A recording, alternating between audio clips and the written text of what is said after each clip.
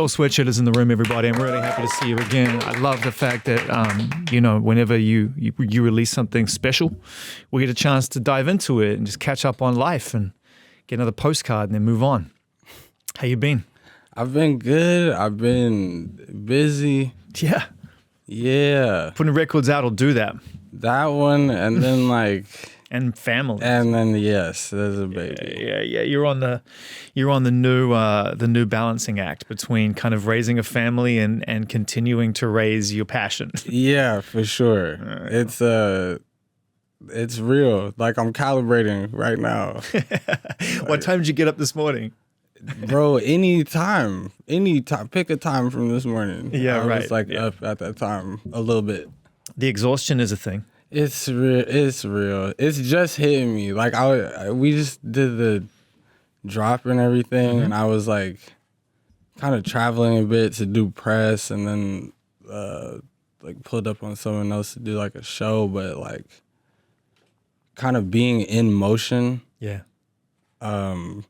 Could distract from like how actually tired I am. And like last night I just went home for real. Like I just locked it in my crib so I could like exhale and like. I still remember how important that sleep was when you lose it. You take it for granted as a kid. You can't wait to stay up all night, and then you have kids and you're like, my kingdom for a solid 7 hours. For real. Yeah. Seven is like luxurious. Dude, I remember 7 was like. 7 is like, wow. Yeah. I'm up as fuck. Like we can do anything. Like 7 hours is you'll get there, man. You'll get there. It's a phase in life, and at the time it feels super overwhelming. I'm going to give you that patronizing dad talk because I'm way further down the road, but it does. You look back on it really fondly. I love it for sure. I'm just trying to figure out, like this morning, I was trying to figure out how to not be like in the details of like the emotions of each wail, like of each sob, of each cry that this baby, like every time it's like, I know. You're like, yo. It crushes you. You're like, I know, and they can't tell you really, but you get really good at understanding each other's language. That's what's for cool sure. about it. That's what's cool about it. So you understand the difference in the cries and all that stuff. But that's why you be like, damn, because you know the difference. So you like, bruh, like.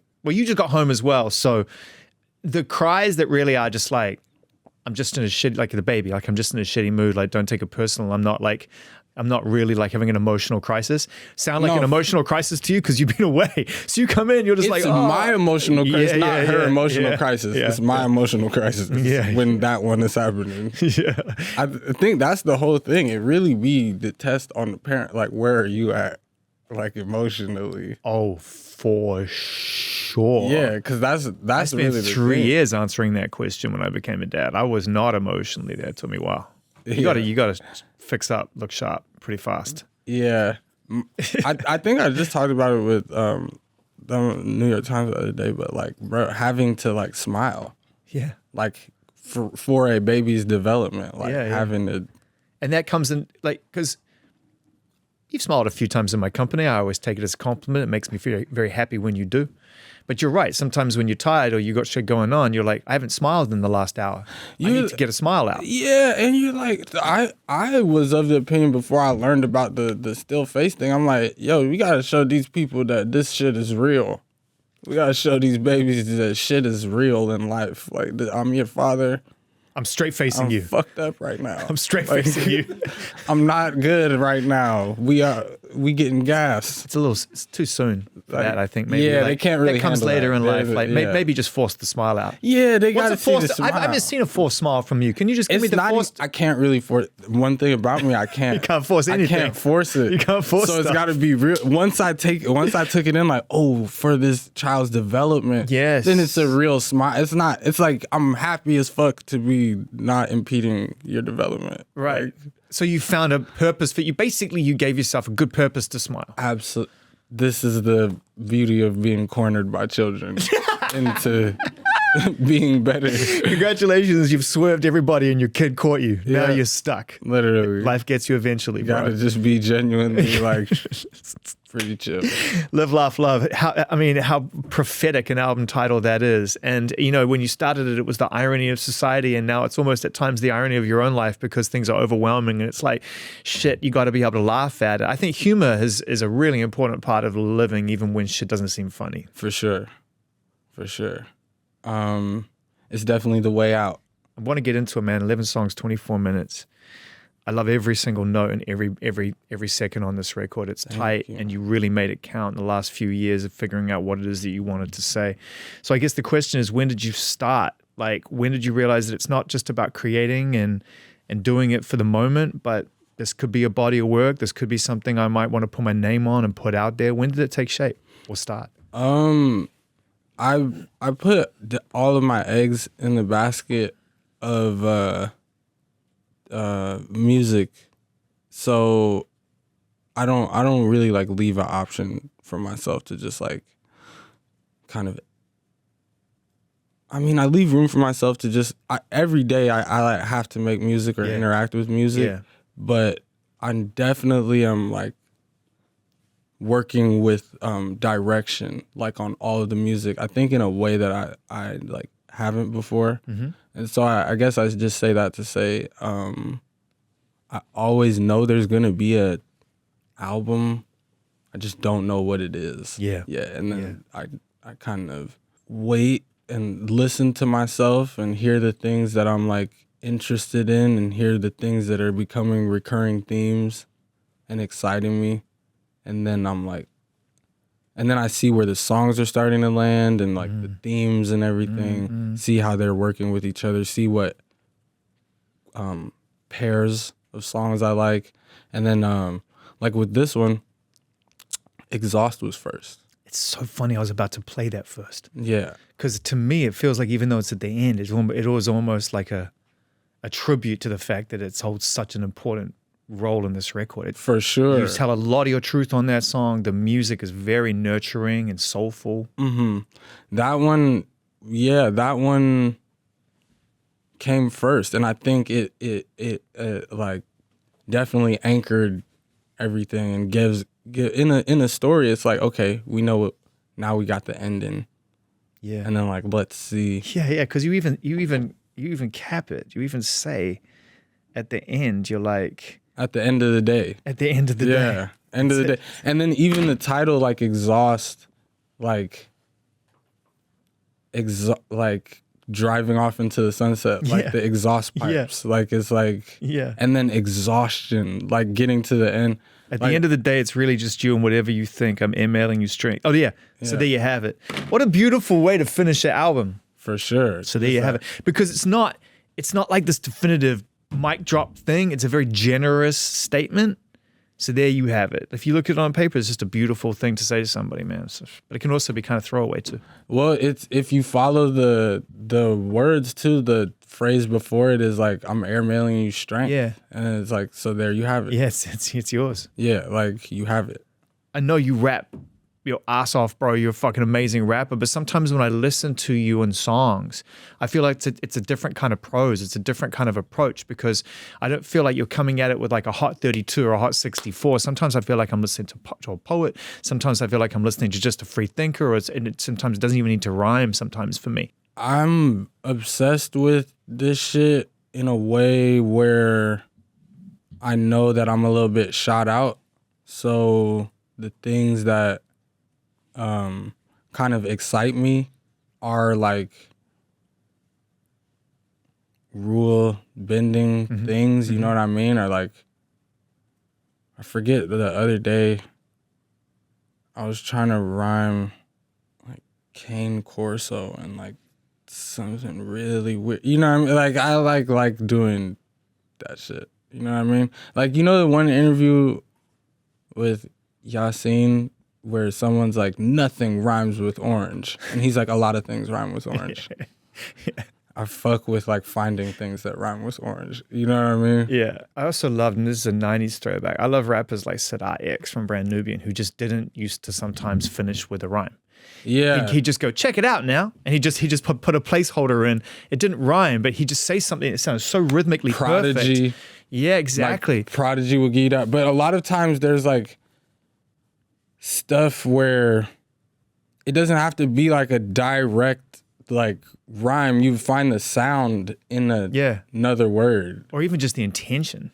And then there's so many. It's like it's definitely a dial and not a switch with that shit, because you can have it be like this in between thing, or you can be like, yeah, a Kai Solo, Prodigy, Sadat X, like I'm saying something. Almost like, James Brown, like almost just like, boom, it's a statement. Live with it. Sit with it. When you're actually going through, some people just obviously, and I've been in rooms with people who feel the energy of something and then they capture it and they do it line by line or whatever.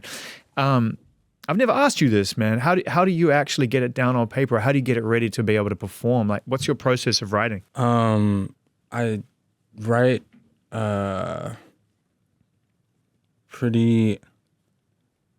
I don't like to take up too much space, but I know that I'm taking up a lot of space as a rapper that's like in a studio. You know what I mean? Because I need the beat to play for a long time, so that's taking up a lot of space. But I just on loop. Exactly. But I honestly don't like to do that. I think it's because of where like I'm from. I think it's to be honest, I think it's embarrassing. Like, to take that time? No, to fucking when a beat comes on and just start like making noises like real loud. I don't like it. Like, dude, I'm not gonna lie. Like, I love y'all, but I hate that shit. Like, fools just start like freestyling real loud. It's just like, man. Some people got it, but me, I'm like, I just write like, and I kind of whisper to myself and I like get it, and then I'll like spend a lot of time kind of performing it to myself once it's written. Yeah. I also have to like pretend like I don't have enough like the whole time. Like the whole time I'm like, fuck. Like, what does that do to you? How is that a motivator? It makes it so that by the time I'm finished, I'm like, bro, fuck, like there's not, and then I get to be like, oh, okay, it's right here. It's so funny because, okay, let's just get super nerdy. From a fan's point of view, when I hear your music, sometimes I get mad at you because I'm a minute and 27 seconds in and it's done. And I'm like, but then I realize that's kind of part of the joy of it. Because then I'm like, I kind of want to either hear that again or I want to get on to the next thing. So it keeps me, it's almost like you ... You know how there are people who finish songs and it's like, done. Yeah. I feel like you're always ... What? And then something else is coming. Well, to be honest, it's the opposite. It's like I find like once it's done, it's done. That's why the songs be short like that. Cause I'm like, I'm not about to extend like, for a bar. I can vouch for every single one of these statements. After the, and it's not just that too. I also try to write in a circle. Yeah, complete picture. So like on some using your own word or like spirit as a divination system for yourself of like, okay, this is where the idea started. Now let me explore myself. And then if you keep a keen eye, you see I've circled back. Like even in rhyme or in concept or whatever, I've made sense of, like, that's how you make sense of yourself or an issue. That you're like, okay. Complete. You cast the stone and then it's like, okay. Made sense of it. When you think about the how you've done it, the how, let's talk about the how. Some of the key steps towards getting yourself into a place where you feel like you run a tight ship, as you say on this record. And what changes in your life you had to make in order to get there? Fucking up like a lot, like crashing out a lot. You gotta crash out and then you gotta lock in. Like, pretty much. Everything I've learned on how to be self-aware has been from like being harmed by like not being self-aware. Yeah. Getting hurt. That's what I mean, like crashing out. You gotta really learn. I feel like it's through experience that you learn a lot of that shit. And I feel like it's important to say now. I've heard the term analysis paralysis thrown around to describe some of the malady of the young people. Because you can read about a lot of stuff or hear about a lot of stuff and then think you kind of know about it, but there's experiential knowledge that you learn. Like, you can't really write a poem about burning your hand on the stove if you haven't burned your hand on the stove.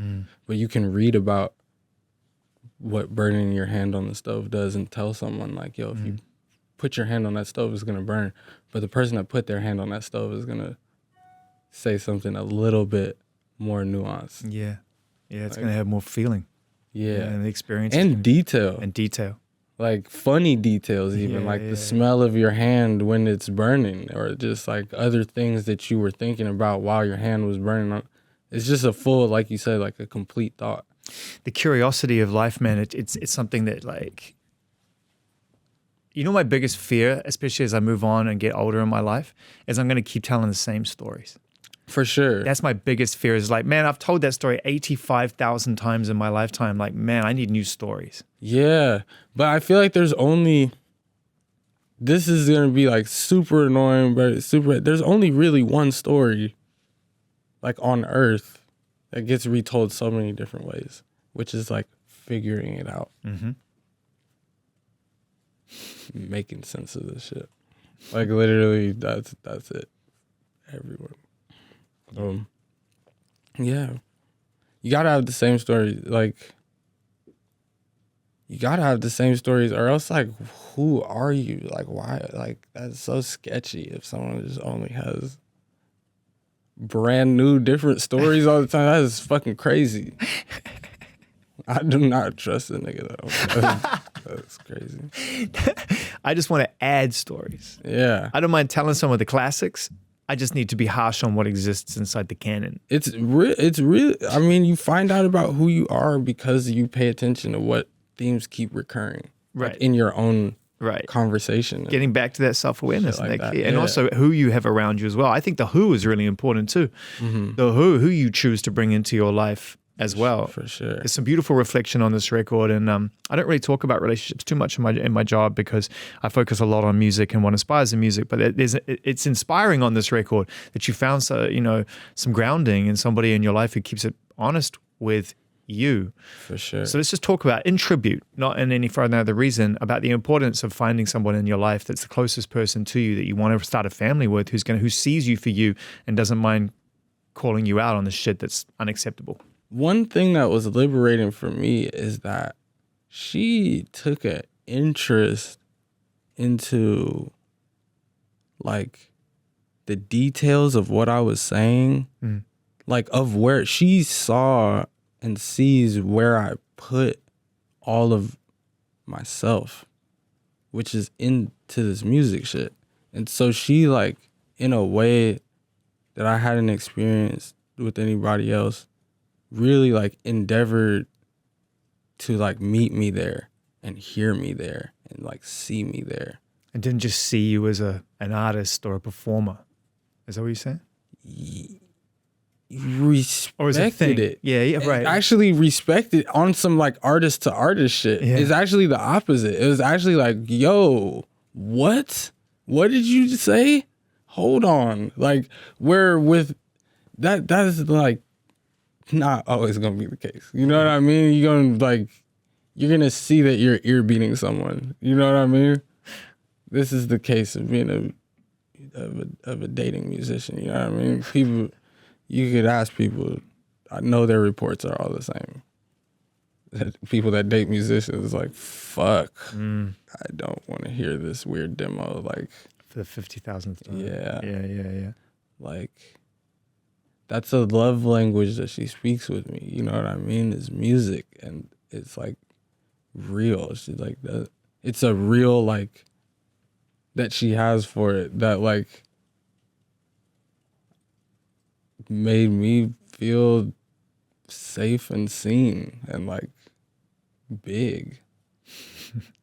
Yeah, so I wanted to say that she definitely challenges me, scared the fuck out of me, like all of that shit for sure. But like she also like loves me, Meets like you where you really are. sweetly, in a way that's like not complicated or like tough. It's just like really effusive and like edifying. It's beautiful, man. Then you get to leave home and know you got this to come back to, which is different. Exactly, Which is different. And on I'm in the house. I keep a bag packed by the door. I get the signal, I'm adios, right? And back then that would have been like, oh, let me get out and play. And this is how most artists get. Let me get out and play. I want to go out and play some shows, whatever. But it's different when you've got something to come back to that's way deeper than it used to be. That one's interesting that you bring that up because those were the first two, and those were from before Ida, I think. Mm-hmm. And I think that sentiment for me was more about the fact that that before Ida, I was never really comfortable at home because I knew I was gonna have to leave. So I would literally just leave like a backpack by the door, and so I could like not worry about it, and then just stop like investing in the idea of like that I'm gonna be home. You know what I mean? So when you think about this album now, the context of it being finished but being started before you actually had roots, both on a humanity level and on like a physical level, it must feel like a different era for you. You must listen to this album now and it just feels like, man, my subconscious, my inner voice was really telling me some shit. Yeah, it's cool. I finally did the thing where my catalog of myself that I'm listening to is like super different from what everyone else is listening to, like, which is, I feel like, a really like, again, one of the strongest positions I've been in this shit. So it's cool. Like, I love this is out. I made sure to love it and give it everything that it needs so I don't have to worry about it. Like, job done. On to the next one. Yeah, I went through all of the, which I feel like is necessary as an artist. Like, I don't know if this is gonna make sense, but like, you don't want to be going through what everybody is going through involving you, like, with them. Mm-hmm. Do you know what I'm saying? It's too weird. It's too much to man. It's surreal. Like, for you to be trying to process your current real life with the general public. Like, having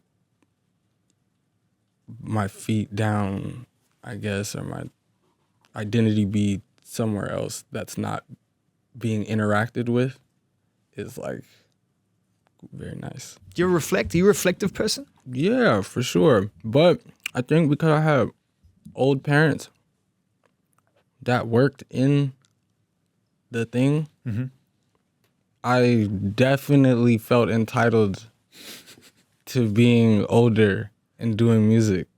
What do you mean by the thing? Doing art and stuff, doing music, poetry, and things like this. Yeah, I definitely always saw old men doing music a lot. So I was like, hell yeah. Yeah. This is some African shit. Yeah, and make 100 of these things. Yeah, it's like not weird. It's not weird. Which is like, I feel like needs a megaphone on it for sure, because like dying young is like super sexy, super hip. You know what I mean? It's like really from all sides of it. Whether you in the ghetto, whether you're in Hollywood, dying young is like hot. For capitalism, it's not for anything else. It's right, and then music's relationship with the thing is like, so you there's this soft encouragement to definitely, what's up, Jay-Z? The allure. Yeah, Lord. Dying young, leaving yeah. a good looking corpse. Yeah. Oh, Yeah. Pac. We've seen it a lot over the course of our lives. And I think, to your point, aging in the arts is freeing, realizing that really album number 52 is sick. It's the point.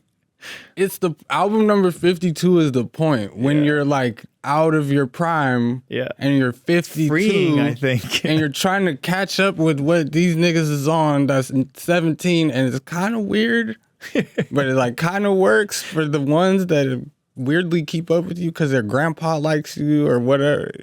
You're not supposed to be the fucking biggest dude forever, but you definitely can make music forever. Each to their own, but I like the idea of watching a full arc of someone's life through their art as opposed to just the rise to the top and then a disparate trying to hold on. Well, because that's a plateau. It doesn't matter what the peak is. If you don't move, you flatten. I guess what I'm trying to say is like really interesting and exciting music can be made on the way down.